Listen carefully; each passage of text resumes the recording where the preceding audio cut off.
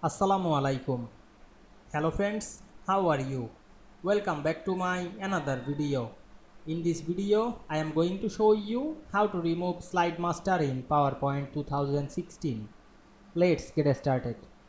At first, you have to open your PowerPoint presentation.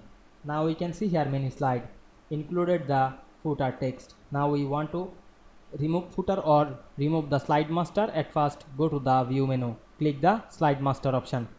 Now we can see here slide master added the footer. Now we want to remove the slide master, click right button on our mouse and click insert slide master. Now I am check the slide master. This slide master have not any text, image, chart or anything. Now I am close the master view.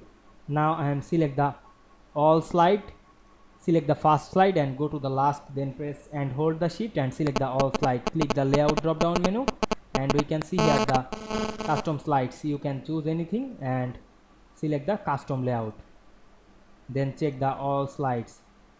We can see we remove the slide master easily. I hope you enjoyed my video. Please like, comment, share and subscribe my channel. Thanks for watching.